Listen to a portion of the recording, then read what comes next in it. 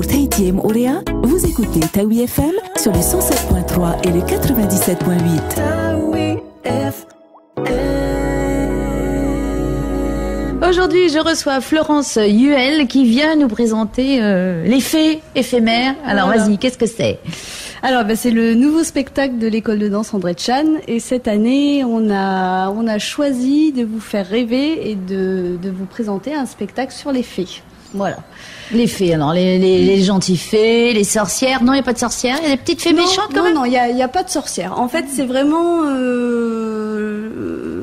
c'est vraiment une histoire dédiée à la nature. En fait, on est parti du principe que les fées existaient, qu'on les côtoyait tous les jours. J'en suis une, mais il faut pas dire. Mais je l'avais bien remarqué. Voilà. Voilà, et qu'en fait la nature, en fait, chaque plante abritait des créatures merveilleuses, facétieuses comme ça, dont les fées. Et seul peu d'individus arrivaient à les percevoir. C'est vrai que c'est difficile. Il faut avoir l'esprit d'enfant, magique, romantique. Voilà, il faut aimer observer, rêver, voilà.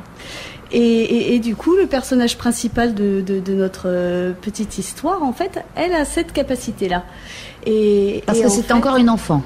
C'est une jeune fille, très ouverte, qui a envie de découvrir les choses, très observatrice, gaie, et puis portée sur les sensations, parce que pour nous les fées, en fait, ce sont des êtres positifs qui insufflent en fait des ondes positives.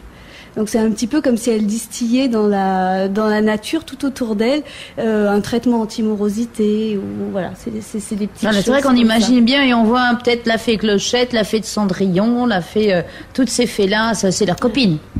Oui, leurs copines. Mais après, on a travaillé aussi sur les costumes. Moi, j'avais envie de quelque chose de sobre, de très léger, et c'est vrai qu'on n'a pas tellement opté pour le côté chapeau pointu, voile, grandes ailes, et elles ont des caractères bien trempés, toutes différentes, et moi c'est ce qui me plaisait, c'est drôle, et puis c'est gai, voilà. C'est gai. Voilà, donc il y a une histoire, c'est une jeune fille qui se promène dans la nature et qui de place en place. Voilà. Et du coup, en fait, elle va voir l'arrivée de gens de la ville qui vont venir perturber cet équilibre, en fait, parce que ne les perçoivent pas, ces fées. Ils sont dans un rythme quotidien rapide, urbain, voilà. Et petit à petit, donc au départ, ils sont deux à arriver dans cet endroit, donc à pas trop perturber les fées, jusqu'au moment où ils arrivent en masse. Et en fait, les fées agonisent comme ça sous ce nombre de personnes. Mais c'est terrible. Dis-moi que ça va pas s'arrêter là. Heureusement. Ouf. Oh, j'ai eu peur. Parce que tu sais, comme je suis une fée, j'ai eu peur pour mes copines. Donc voilà, et puis on va pouvoir les retrouver grâce à la lecture, en fait. On a aménagé sur scène un petit coin bibliothèque, et les gens, grâce au livre, vont redécouvrir les fées. Et puis l'imagination. Voilà. Et alors la musique, elle c'est d'elle-même. Vous aviez déjà des morceaux, ou alors ça s'est imposé par le thème?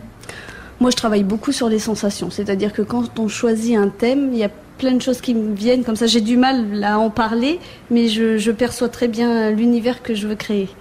Et après, alors là, par contre, ce sont des heures d'écoute, et je vois tout de suite ce qui me parle, ce que j'ai envie de développer, tout ça. Et la musique, pour moi, c'est la base de la danse. Donc, oui, donc, et ce sont des morceaux connus, pas connus, modernes.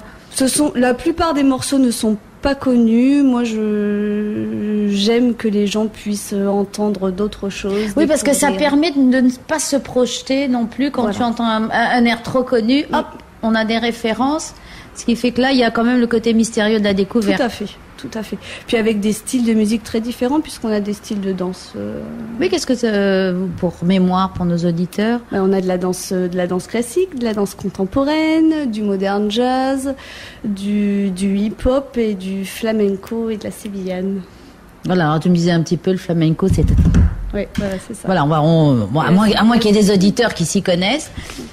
Et qui donne ces cours? Parce que vous êtes plusieurs professeurs quand même. Oui. On est toute une équipe. Alors en classique, il y a Jocelyne et Patricia. Jocelyne qui est la directrice pédagogique aussi de l'école. En contempo, il y a moi et moi. Bon. En jazz, là, on a un danseur à qui j'ai confié en fait 2 chorégraphies pour le spectacle, Fabien. Et puis après, pour les classes de tout petits aussi, parce que c'est un travail bien particulier, il y a Émilie pour les 3-6 ans. Et après, en hip-hop et funky jazz, c'est Frédéric Maréré. Et en flamenco et sévillane, Rosemary Urbiola. Alors, il y a quand même combien de danseurs là Sur scène, on est 250. Ouf. Voilà. Bon, c'est le Grand Théâtre, hein, on précise. Oui. C'est vendredi 15 mars et samedi 16, on a oublié de le dire. Oui. 250 à la fois pour le final ou quand même petit à petit? Pour le final, oui, normalement il y aura tout le monde sur scène. Et non, grâce au feu, là, vous allez pouvoir... Ouais. En fait, oui, la fin du spectacle, c'est la cohabitation entre les 2 univers, bien sûr. C'est s'accepter l'un l'autre, laisser de la place, et puis... Alors, pourquoi cette date de mi-mars? Parce que ça fait un peu tôt, quand même, pour une fin d'année d'école de danse. Oui, mais en fait, c'est pour permettre aux élèves de pouvoir réviser tranquillement le bac au mois de mai, les brevets... Même les 3-6 ans sont en avance, hein. Les 3-6 ans, oui. Mais vous continuez ensuite à donner des cours et vous préparez déjà dans ces cas-là le spectacle? Non. Moi, ce que j'aime justement, c'est qu'après, comme on est quand même loin de la fin de l'année scolaire, on peut vraiment reprendre un rythme de travail intense. Et puis, en fin d'année, on a les examens de passage de classe aussi. Ah, parce que vous faites passer les niveaux, ouais. Alors, comment ça se passe, là? On fait les pointes? Alors, c'est pas systématique, mais cette année, on va le refaire. Et moi, c'est un rendez-vous que j'adore parce qu'on est en tête-à-tête avec les élèves. Et c'est vrai qu'on a trop peu l'occasion de faire un retour vraiment personnel à chacun. Et là, en fait, on leur apprend par discipline. Ils ont une variation à apprendre. Et puis après, on étale ça sur une semaine. Ils passent devant tous les professeurs de l'école, individuellement. Et donc ça leur permet de se confronter aussi à eux-mêmes et voir les progrès. Déjà, moi je pense que c'est une aide après pour tous les examens qu'ils auront à passer. Et puis c'est surtout fait avec une optique très positive. On n'est pas là pour dire des choses désagréables, bien au contraire. Ils viennent là par plaisir aussi pour danser. Bien sûr. Donc c'est pas la nouvelle star ou c'est pas où on casse les gens. Non, du tout. Non, et puis au contraire, on leur dit franchement ce qu'on a pensé de leur travail de l'année, les qualités, les choses à travailler aussi, parce que c'est important, c'est comme ça qu'on avance. Ça permet de progresser. Hein, voilà. Si on te conforte toujours dans ta glorieuse certitude... Donc non, moi je trouve que c'est vraiment un bel examen. Et après, on leur remet des petits diplômes comme ça pour les plus jeunes, c'est sympa. Donc alors, ce spectacle ne sera pas qu'éphémère. 2 soirées. 2 soirées pour des heures et des heures de travail, mais bon, ça vaut le coup. Tu vas danser aussi ou tu es simplement le professeur derrière Non, là je danse pas. J'aimerais m'y remettre, hein, mais c'est le temps qui manque en fait. Parce qu'on prépare ce spectacle en 8 semaines, c'est quand même très court. Et puis après, ça demande tellement de petites choses à côté. Oui, puis parce qu'il faut être là, les costumes, les machins, c'est derrière dans les coulisses, ça fourmille. Oui. Donc non, c'est énorme. Il faudrait en fait, pour pouvoir danser, il faudrait que moi je m'y prenne en amont pour préparer quelque chose et puis que j'ai pu le retravailler après. Mais voilà. Mais on a 2 professeurs sur scène cette année. On a Patricia, le professeur de classique, et Émilie, le professeur de danse africaine et des enfants là. Et moi j'ai adoré chorégraphier pour elle.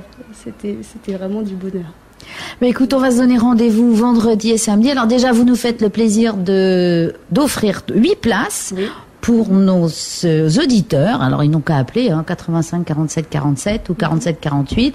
Et puis se donner rendez-vous sur votre site Facebook, puisque vous en avez un. Donc Centre de danse André Tchal. Voilà, même moi je l'ai trouvé. Voilà. Bon, voilà. Ou sur notre site Taoui FM, hein, bien sûr. Eh merci Florence, à très bientôt, à vendredi. Merci. Oui, à vendredi. Et puis alors, bon courage. Hein. Et voilà, tu as le bonjour de la fée de Taoui FM. À Taha, vous écoutez Taoui FM sur le 98.4.